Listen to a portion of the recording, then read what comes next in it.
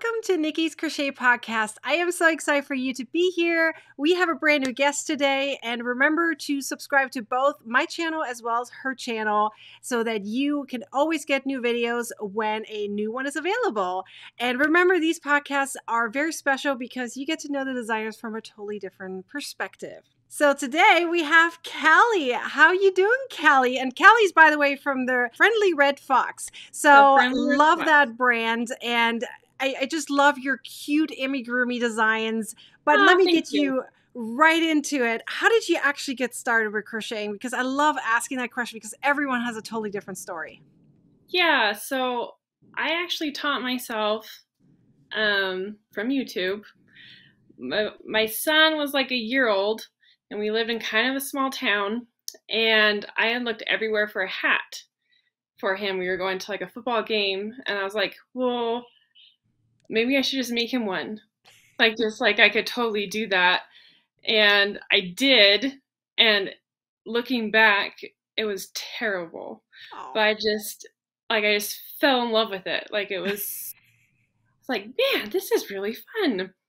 And so I just like kept learning. And then all of a sudden I was like, no, I really want to do this. So I started selling at craft fairs and like had an Etsy shop, and then that became a lot, especially with the little kids, you know. So I started writing down like some of my original designs and started blogging, started designing. So what inspired you then to go from physical products to designing? You've just felt overwhelmed and you're like, oh, I can just write my own patterns? Or how did that transition happen?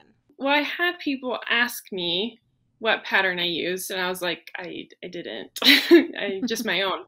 So I knew people would like them. I also was doing some VA work, some virtual assistant work for like a couple of friends that were bloggers. They were craft bloggers. One was my aunt, Sugar Bee Crafts, Mandy over there. And so I knew how like blogs worked, and I was kind of like, oh, I think I can do that. But also, then it takes a lot of time to design something, but then it's there. Yes. And I didn't have to like, except for the odd question every now and then, like on demand. So it wasn't quite as like pressure as like, oh, I got to make this, but my kid won't nap. That's how we went. I love it. And you mentioned you started with a hat, but I know you have a lot of amigurumis. Tell us a story of how did you get from a hat now doing mostly amigurumi? Was there like your kids inspired you, or how did that even get about? I know you have blankets in between too. Probably the earliest reason was I got tired of making hats. That's funny. So Pinterest was huge. And so I'm like just looking all the time, and I just thought, that is so cool. What a fun thing. And I did, the first thing I made was a giraffe for my, he's my oldest now, but well, he was then too. My oldest son, and I was just like, man, that's just really cool. I loved how the shapes worked. Like that just worked really good in my mind. I was like, oh, I do a couple increases there. And yeah, my kids, a big part. I love making them as gifts for like my nieces, or, you know, they're like the perfect gift. Kids, I do like them, and it's kind of fun to give something handmade. And I also just grew up loving stuffed animals. Beanie Babies. Oh yeah. I had like the huge, gigantic Beanie Baby collection. So it kind of makes sense that I went this way. I enjoyed it. They are adorable. They're really, really cute. Yeah. But like, did they turn out cute right away at the beginning, or did you learn as you went and like, oh, I need to tweak here, I need to tweak there, or did you learn online how to make them cute? Because yours are adorable. It was definitely a process. Not only like cute, but like the structural integrity. Yes, that's true.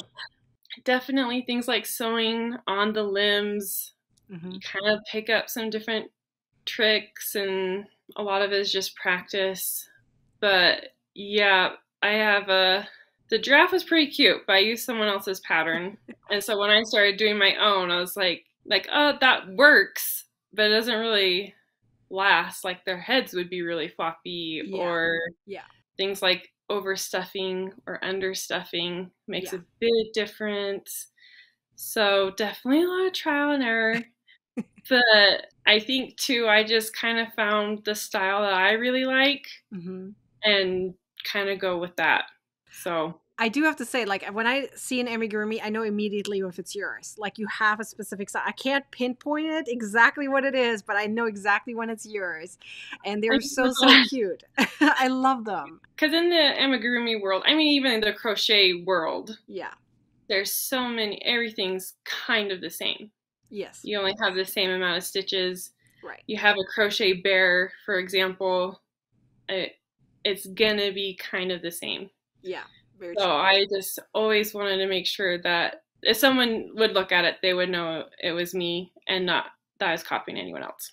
Yeah, and it definitely worked out perfectly for you. I really, really love them. They are so, and some of them, like even your dolls, they're very intricate. Like they have so many details. I don't want to say intricate, but they have just so many details that make them really stand out and just have that wow effect that I feel like, oh my God, that is so cute. If I have a little girl, I want to make one of those. Yeah. It's like they're just so cute and adorable. But like, do you see yourself just as an amigurumi designer? But I do know you have blankets too and things. Or do you see yourself exploring other types of crochet patterns as well? Probably mostly amigurumi, because the other kind of crochet I like to do is kind of like the mindless, repetitive, like one of my other favorite things to make are like hexagon blankets. Yeah. Just, I love being able to sit down and just like crank out a hexagon. And for me, it's fun because I do a lot of different colors. So it's like new, but it's the same. That might change as my kids get older and I have a little more time to like, anytime I have to like do a lot of counting, I have to do when I'm not like stuff's going on, which I don't have near, and it's summer right now, so they're home all the time. So I like never have time, but I would say as a designer, probably more amigurumi. I love sharing different tips and tricks for other kind of things. As designs go, probably nothing out of the ordinary. So, but I know, even though you love amigurumi so much, is that something that that you saw yourself going into? Like, did you see yourself going there, or was that just by accident happen? Just by accident. Like, I just feel like I said, I wasn't even on my radar. Yeah. And then I just started, and like I said, it just made a lot of sense to me somehow. Like, but actually, even as a crochet designer, I mean, I've only been crocheting for 7 years. That's when I started. I have like an English degree. It's just funny. It's funny how life kind of takes you in a different path. And it's like, I probably wouldn't have chosen that way back then, but it actually worked out really well. Yes. So I totally get it for me too. Like, I didn't see myself doing exactly this, but it just turned into that. So that's really cool. How long does it take you to to design a amigurumi pattern? Like, from the point of getting the idea, I don't know where you get the idea from. Is it your kids? Is it your own ideas or outside world? And then how long does it really take you to get one done? Because I feel like they must take you a little longer, because I feel like they're so detailed and so beautiful. How long does it take you to get one done? Like the idea thing, I did a series amigurumi from A to Z. So I picked a animal for every letter of the alphabet. I love that. And so that was like, that helped me kind of focus some ideas down. At first, it took me a lot longer. Like now I kind of have like, oh, the nose for the lion would work pretty well for, whatever. So I know kind of what shapes I use. But right now I'm working on like a standing animal, like 4 legs, but I want it to be really simple. Yeah. Like, I don't know, that's another thing I always try to do is like as cute as possible with as simple as possible. Yes. And I love detail, but I want to be in charge of the details, not like pattern. I don't know if that makes sense. But that one is giving me, it's a lot of math. I was an English major. So And that's tricky too, because I'm working. I have a girl that comes over and watches my kids, and I kind of work while they're there. But I would say from start to finish, if I'm working really steady, that's another thing I have a hard time. I bounce back and forth, like, oh, I want to work on this, not this anymore. Yeah. Probably 2 months, but testers and Yeah, makes sense. all of that. Yeah. So do you have a lot of patterns coming out? Are you doing it full time? I don't even remember. Are you a full-time designer or just a part-time designer? I would probably say part-time. I'm hoping to go a little more full-time. Again, so I have 3 boys. Yeah. 9, 6, and 3. And the 3-year-old right now is they talk about the terrible 2s, but no one tells you about the tyrannical 3s. Very, very bossy. But I would like I like to do more, and I am doing more and more. And right now it feels like a lot of it's behind the scenes. Yes, makes sense. But you aim to get like 1 pattern out per month or so? Yeah, That seems to be your goal? Yeah. Mm-hmm. I love that. So how many of your patterns have or not per se how many, but is it like a good amount that was inspired by your kids? Like, hey, I want this animal, especially the A to Z. I mean, they're so adorable and they're really cute. And I love the idea of A to Z. So did your kids inspire you or pick which animal was which letter? Yeah, we did that a little bit. Except for sometimes they would come up with animals and I was like, that seems kind of hard. I'm trying to remember what it was. Usually any animals that are all black, like a jaguar. Yeah. I was like, yeah, spider. Yeah. But yeah, like the friendly dino, that's one, the dinosaur pattern. They all go through some big dinosaur phase where just all I want is dinosaurs. So that one for sure. I have a superhero one that was really inspired by them. I also like to do like books that I read with them. Every once in a while I'm like, oh, that's fun. I haven't made a peacock yet, which I haven't yet, but that's something that I'd like to try. Yeah. And so definitely being around them gives me a lot of ideas. Do you have to make them multiple? I remember with my kids when they were younger, everything had to be like, I have 2 kids, so they always needed everything duplicate. Like, okay, if one kid gets it, the other kid has it too. So do you have to make everything, in this case, 3 times? Well, my older boy, he's 9. A little too cool for school right now, so I don't think he likes the stuffed animals near as much. But yeah, when I also did a jellyfish keychain, and so he had one, and then when my 6-year-old went to kindergarten this year, he had to have one for his backpack. So yeah, I make a lot of the same kind of thing. That's awesome though.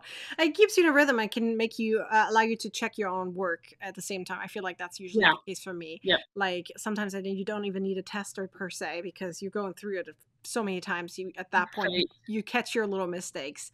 But what is your go-to yarn when it comes to amigurumi? I'm sure you have like a specific one that you seem to be tending towards at any time, whether it's because of it's the quality or if it's because it has so many different color varieties. Do you have a specific one you go to? Yeah, I usually like to use I Love This Yarn from Hobby Lobby.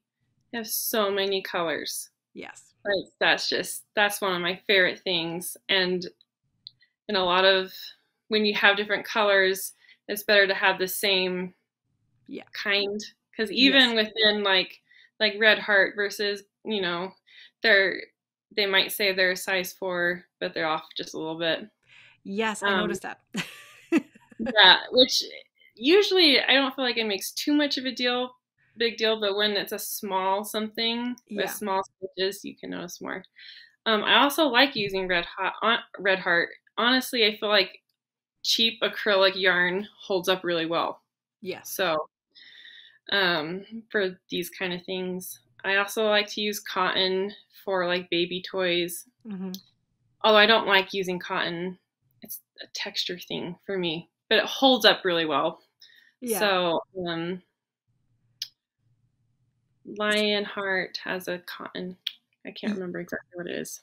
But I Yeah, like to use I love that. So it cotton and acrylic. And have you washed both of them with the polyfoam in it? I've personally never washed an amigurumi. So have you thrown it in a wash yet? And has Yeah, anything gotten loose? I don't do it very often. I feel like a spot treat usually works, but I have washed one before Hmm. and it holds up okay. I wouldn't be something I'd want to wash every week. So, That's true. but the cotton ones definitely hold up better. The one I washed was an acrylic one, and it was good, but Is it pilling? it's a little Usually, stretchy. yeah, Yeah, like yeah, kind of yeah. not as put together as it once was. I don't know. What do you see crocheters having the most challenging time with amigurumi? What do you see most often sent to you via email or something like that? It's like, I don't know how to do this. I don't know how to do this. Is there Um, something you see more often happening, like a specific thing? yeah, I don't know if people. It's not necessarily that they don't know how to do it; it's that they don't want to do it, Oh, and that's definitely sewing the oh yeah, limbs and arms, yeah, and it is tricky because once you sew it on, it's really hard yes, to undo it. to undo it, and so if you don't love it, Yeah. so that's probably the thing I give tips on most often. People want to know how does yours like look not wonky? Why are my arms? um, and then probably the other one is actually more materials. Yeah. Where do you get things like safety eyes? Hmm. What do you use to stuff them with? Yeah. What kind of yarn? That I get that one a lot. Do you get requests? I don't know if you do it, but for wires to put wires in so that you can move the arms, etc. Yeah, Have you got? I've never tried that, mostly because like I am making for younger kids Hmm. generally, and I just like that might not last very good. Yeah, that's true. They will bend it all the time and then may pop Yeah, out. That's that's the only my thing that major worries me. concern. Yeah, that it will pop out eventually, unless you make it into really like, like the finger stick Yeah. versions, where everything is Well, kind of tied together. one I have actually used before, but it's more for like the neck. Those they're really thin hair curlers, like Oh yeah. those long ones. Hmm.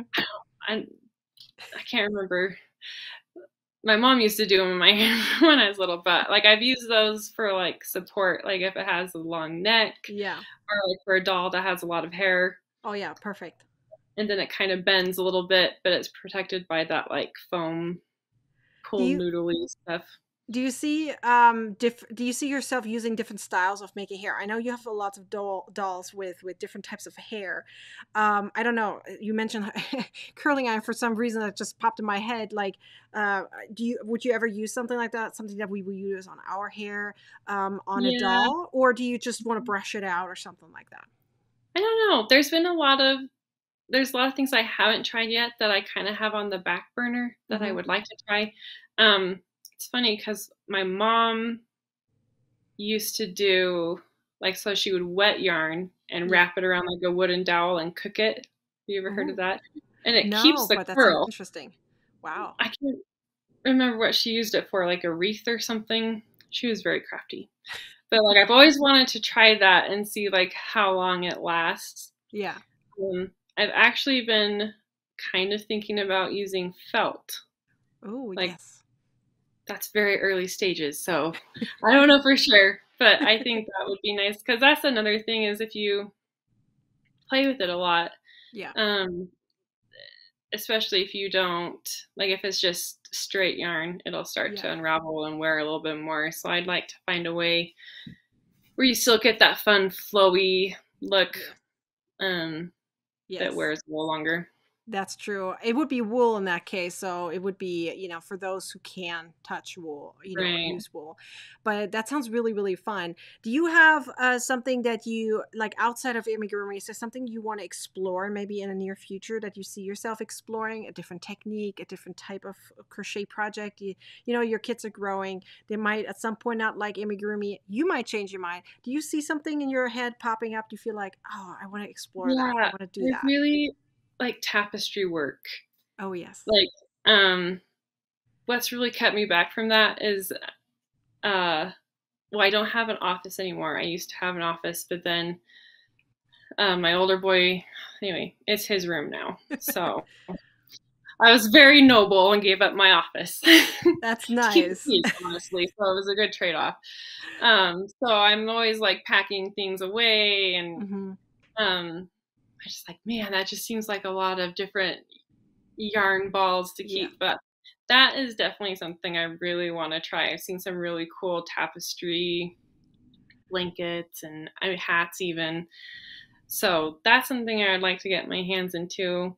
I also have done a little bit of Tunisian crochet, and I loved it, but it was just like the most basic stitch. So I'd like to learn a little bit more about that. That was really fun. Yeah, those are really fun. Tapestry has so many different techniques. There's different varieties of whether it's Yeah. Fair Isle or even Tunisia itself. You can, do tapestry Mm-hmm. with it, and it's a really fun way. You just have to figure out how to hold your yarn. I typically do it in like these little sticks or on clips or something on a board, and I attach them so that way Oh, nice. that way it doesn't fall off. That's usually what I've done, and especially when I did like a graph gan, like a portrait or something, I attached it Mm-hmm. to a board. It was actually just a piece from it was like an Amazon box or whatever, like the opening, so I cut it That's up awesome. and then just clipped them on there, so that way That's I could really flip smart, the because then it entire keeps thing it around, from and like, yeah, because that's my major worry is like, oh yeah. man, it's gonna just fall apart. And I But didn't want one of those heavy wooden ones. I know there's heavy wooden ones, but for many of them, I just used that. Now, recently I got from We Crochet these little, I don't even know what they're called, these little yarn things where you just wrap it in and then you can uh-huh. close it so the yarn stays in place, but it has a hole in the middle. So Oh, you could put it on some kind of stick or something so that you can, like a bobbin kind of yeah, a like thing? yeah, it's like a Yeah, special type of bobbin. It's not like the normal ones, and I really like those. They're different sizes, and you can wrap it up nicely and then just that's put it on a awesome. stick. And those ones work really well too. So there's many different varieties now. I mean, I remember when I first started, it was barely anything. you know, Right. as I said, I just used the cardboard and clipped everything on with like clothespins. Yeah, But that sounds really fun. Now, of course, with kids around, you have to be careful that they don't mess things up. right. And then there's a lot of counting involved, specifically with lots of colors, right? So that's really, really fun. But when it comes to amigurumi, and I'm going to jump back to amigurumi for a second here because I really like that subject. Is there something that you feel like is your favorite part about amigurumi versus your least favorite part? There must be something where you're like, oh, I love this part the most and this part the least. Um, Honestly, my favorite part is the beginning and the end, and I don't love the middle. That's funny. No, because I love, kind of like I was saying, like kind of the semi-mindless, just Yeah, the rhythmic. There's definitely counting. You have increases and decreases and all that, but right. then you do kind of get into that more fiddly stuff where the sewing on the little details and making sure everything's right, Yeah, and you can't just watch a TV show and go like it's you gotta yeah, like really pay attention to what you're doing. that's But then true. at the end, when it all comes together, like that's so fun because it just goes from like these. Every once in a while, I'll be designing something and I'll like hold it up. I'm like, hey, like to my husband, he's like, what do you think? And he's like, it doesn't really look like anything yet. But like once it's all done, once you have those pieces like actually sewn on, Yeah. like it's really satisfying.